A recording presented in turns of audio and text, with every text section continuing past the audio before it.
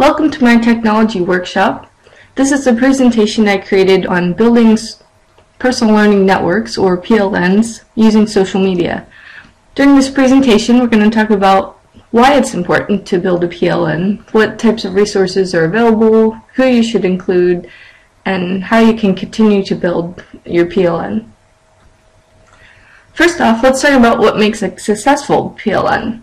Personal learning network is a way to connect with learning opportunities, increase professional development, and network with other people.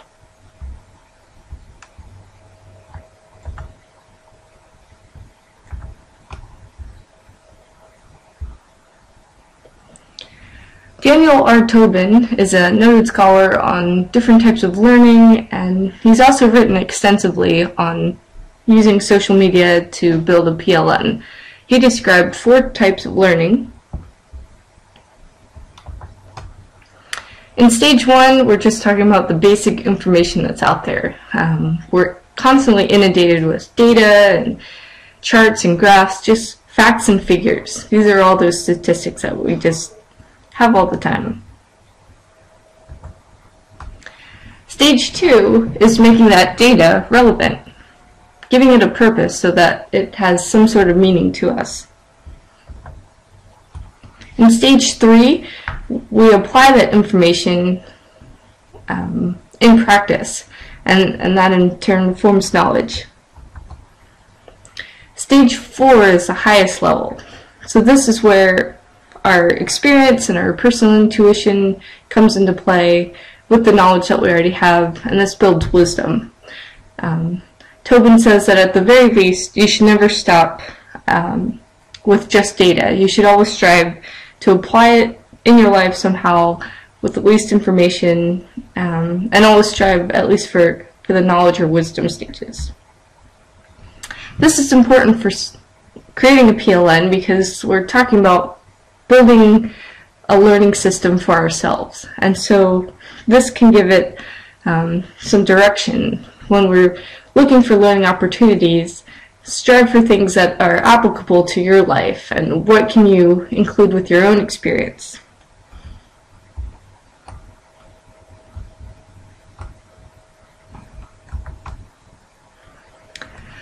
This next video is by Will Richardson. He's the author of Personal Learning Networks, and he's written and talked extensively on what you should include in a PLN. Richardson mostly focuses on building PLNs for students, and he talks from the perspective of an educator, but I think a lot of the principles that he talks about are applicable to all people.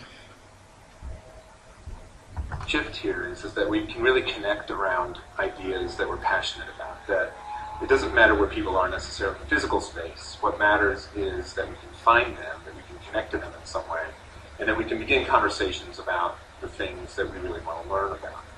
So everybody's network is going to look a little bit different. Everybody's going to connect to other people, to different people, depending on their interests. And the literacy then becomes, how do you build these networks? How do you flourish within these networks? How do you find trusted sources within that context? It's a very, I think, much more complex process than simply being in a physical room with a group of people who are sitting next to you or who are interacting with you on a daily basis, with maybe someone in the front of the room who's teaching you or who is kind of moving you through a particular curriculum, because it's just a more independent function.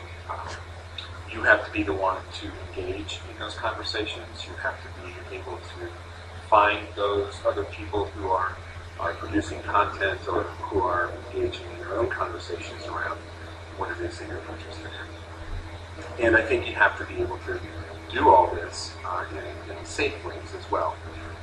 My big issue right now with schools is that I think we're trying to pretend that kids aren't creating and aren't participating in their own personal learning networks already. They are. There's no question about that. When you look at the uses of MySpace, you look at the uses of Facebook, you look at the statistics as to how many kids are already engaged in those places, they absolutely are networking. The issue is that there's no one that's really teaching them how to leverage that participation, that you can do a lot of learning within the context of those networks, and that we need to help them do that. We need to help them network safely, so they know what's coming at them. They can recognize people who may not be people who they want to interact with. We need to help them do it ethically, so that they're not taking other people's work and making it their own, or so that they're not putting other people at risk or bullying or whatever else. And we need to help them do that effectively.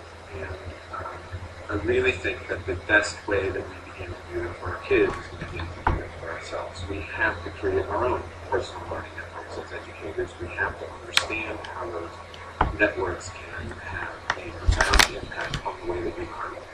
And until we do that for ourselves, I just think it's going to be very difficult to help our students navigate this much more complex world where basically anyone can talk to anyone that's online, at least, and anyone can learn and interact with other people that they can find out there. So personal learning networks are the way that the world is going right now. That we create our own spaces, we create our own environments, we find our own teachers, we participate in those places in some very different and some potentially transformative ways.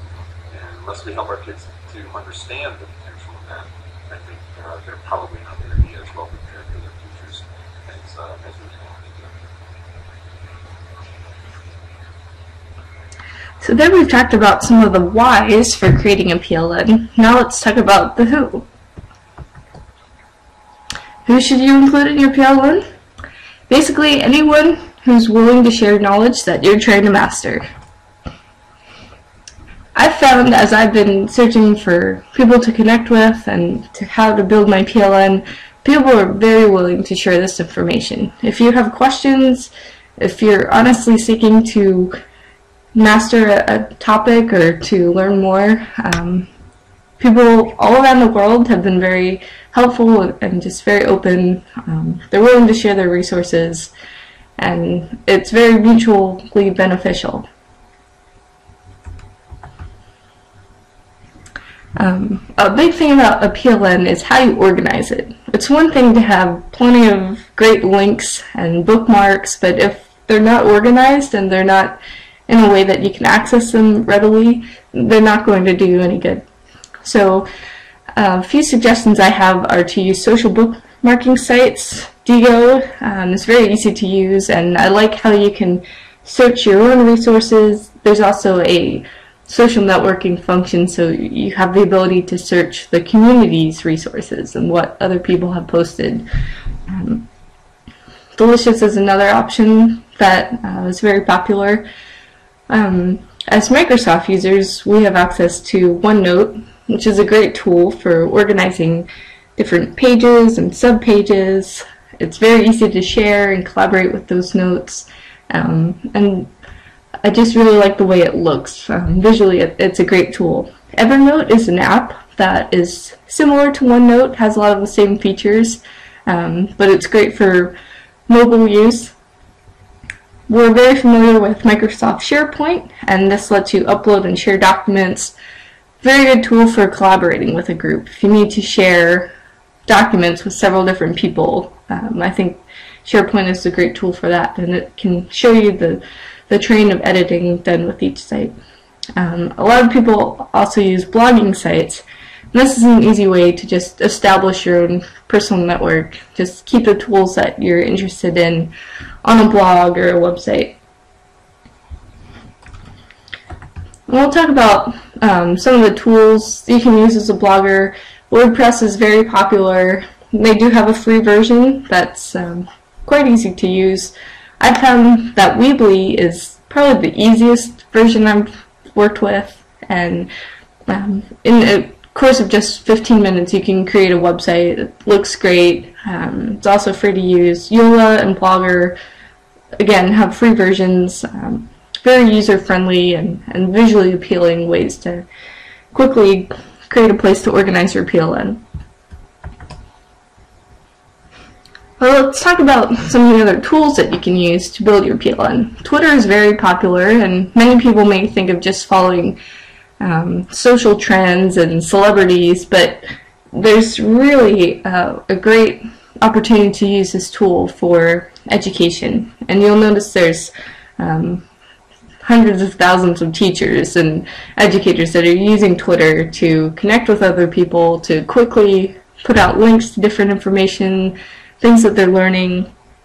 You can easily search using a hashtag on different topics that you're interested. I've looked at editing and healthcare and really found a lot of people quickly using Twitter.